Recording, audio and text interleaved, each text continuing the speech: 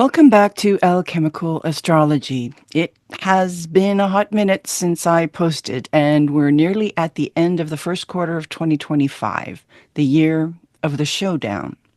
So fasten your seatbelts and grab a beverage, as there is a lot to unpack here before the full lunar eclipse in Virgo happening in the wee hours of March 14th if you're in North America.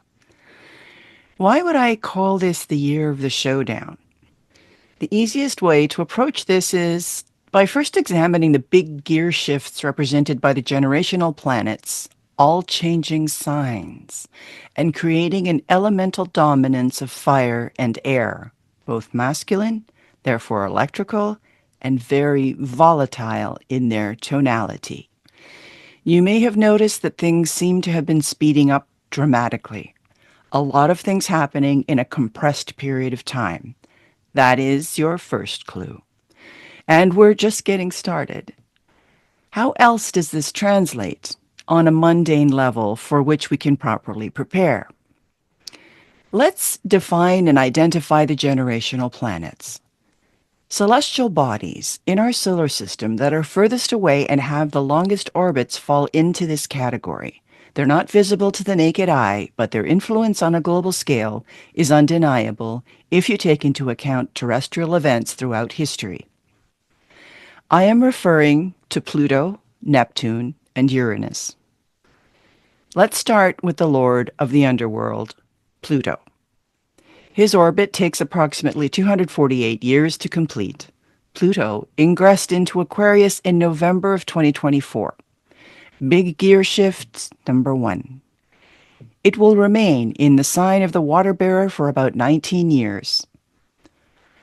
Archetypally, Pluto represents power and unmasking of that which has been hidden. The Leo-Aquarius axis has to do with royalty and elite rule versus the populace and community at large. Here's where your power shift is playing out on the global stage. This is particularly evident in the United States as it is going through a Pluto return, meaning a revisiting of the revolution in 1776. This applies equally to France. Aquarius is also the sign that can reflect a think outside the box mentality. This is finding expression in terms of technological innovation, transhumanism, and the hard push towards artificial intelligence and digital currency. Expect a lot more of that while Pluto remains in the fixed air configuration. If you want to know how this applies to you personally, then look to which house Aquarius is in your birth chart. Moving on to Neptune, god of the waters, dreams, and spirituality. The orbit of this beautiful blue planet takes about 146 years to complete. With Neptune in his modern rulership of Pisces, we find boundaries are blurred, the veils between worlds get thinner, a leaning towards escapism and addiction spreads through the masses when they feel like they're floating in the ocean without a paddle. The opioid crisis is testament to this mindset. On the other hand, the artists among us would see this energy as advantageous to the creative process, and they would eagerly dip into these waters for inspiration. An uprise in religious fervor is also a hallmark of this placement. In some astrological circles, Neptune is considered the higher octave of Venus, seeing beyond your own personal pleasure and well-being, which produces a more compassionate atmosphere regarding the downtrodden and impoverished among us. Neptune has been in Pisces since 2012, which those who follow the Mayan calendar would have interpreted as the end of a world and the birthing of a new way of being.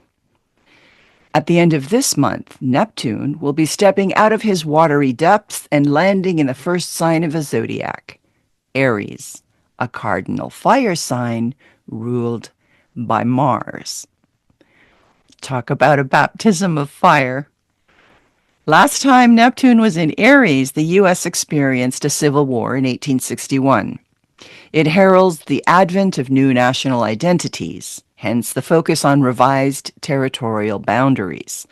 It brought the advent of the Gutenberg press and camera obscura, so innovations in lifestyle, spirituality, and medicine will be on the rise. I also need to point out that we are at the tail end of a Saturn-Neptune era, which began in 1989 with the dismantling of the Berlin Wall. What makes this cycle particularly noteworthy is the cohabitation of Neptune and Saturn in the last and first signs of the zodiac for an unusually long time of 5 years, culminating at 0 degrees Aries in February of 2026. This is likely to be a true birthing point for humanity. Neptune, the mystical liminal world, is dancing with Saturn, lord of karma, rules, and restrictions. The practical and the ethereal, converging in water and emerging out of the flames to forge a new level of consciousness. Keep in mind that Saturn is at a disadvantage in Aries as it is in its fall. This can manifest as a pervasive feeling of hopelessness and depression. Can this elevation of the material to spiritual be accomplished smoothly and effortlessly? I'd love to say absolutely. But that would be taking Neptunian dreaming into the realm of illusion. Why would I put it in those terms? Let's look at Uranus, our third generational planet. Uranus has an 84-year orbit changing signs about every 7 years. When it does, the proverbial pot gets really stirred up. Uranus is considered the higher octave of Mercury, the messenger and the purveyor of new ideas. Uranus doesn't do slow and steady when it comes to transits, especially when it moves into a new sign. On July 7th, Uranus will leave the fixed Earth sign of Taurus and land in Gemini, mutable air. Expect sudden disruptions and rapid changes in all things mercurial, especially commerce, education, and communication. Gemini, the sign of the twins, has a dual nature and as such can pivot on a dime. Landing in one spot and staying there is not a quality one can associate with mutable air. It's like trying to catch the wind. The last time Uranus was in Gemini was from 1941 to 1948, and we all know what happened then. After World War II, territorial markers were revised and new allegiances were carved out of the wreckage. It is my fervent hope that we learned from this dark period in history and our leaders proved to be more adept at managing negotiations in a more intelligent fashion for the betterment of humanity as a whole. I hope you're now getting a feel for my tagline of 2025 in terms of a showdown. All right. Now that we've covered the broad strokes over the next 12 months, let's tie this to the eclipse cycle. So, lunar nodes, for those who are not familiar with astrological terminology, are mathematically calculated points in which the moon's orbit intersects the sun's ecliptic. The north node, where the moon moves into the northern ecliptic hemisphere, is known as the head of the dragon, and the south node is the tail. It takes an average of 18 years for these points to complete a full orbit, staying in the same sign for about a year and a half. This is described by many cultures as an energetic reset. A celestial light switch is briefly turned off. On March 14th, a full lunar eclipse, also known as a blood moon, will occur in the third decan of the sign of Virgo at 2:25 and last 65 minutes. Each sign is divided into 30 degrees, and a decan is 10 degrees. So there are 3 decans for every sign, each of which has a specific planetary ruler according to the Chaldeans. The ruler of this decan is Mercury, reinforcing its overall rulership of the sign Virgo itself. So on Friday morning, the moon will move into the Earth's shadow, causing it to be darkened and appear orange. The path of visibility is illustrated in this chart. All of North America and most of South America will be in full view of the total eclipse of the moon. Bear this in mind over the next 6 months. What does a lunar eclipse in Virgo signify? The Virgo-Pisces axis is the fulcrum point of balance we have to achieve between practical daily life and our spiritual path. The sun happens to be conjunct Saturn in Pisces, both opposing this moon. What is the message here then? I would suggest you take the next 2 weeks to get your life out of autopilot. If you insist on simply performing mindless routines out of habit, you will be pushed out of your comfort zone very quickly by circumstances that may not be in your control. If you are intent on playing the martyr, you will get a course correction. Think back to 2007 as there are echoes of this karmic pattern playing out again. The next priority, and this should be foremost in your mind throughout 2025, is time management.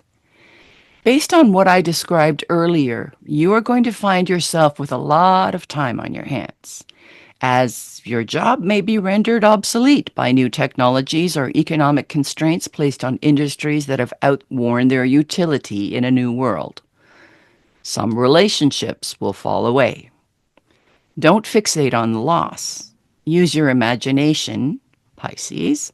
Be creative and have faith that those closing doors only mean new opportunities on the horizon. Open yourself up and be receptive to the incoming energies. You get to reinvent yourself. It's an adventure you can co-create. However, before you leap out of the starting gate, as the Aries energy is as impulsive as it is catalytic, take into account that right after the lunar eclipse, Mercury goes retrograde, joining a retrograded Venus in Aries. This is a cautionary tale, my friends.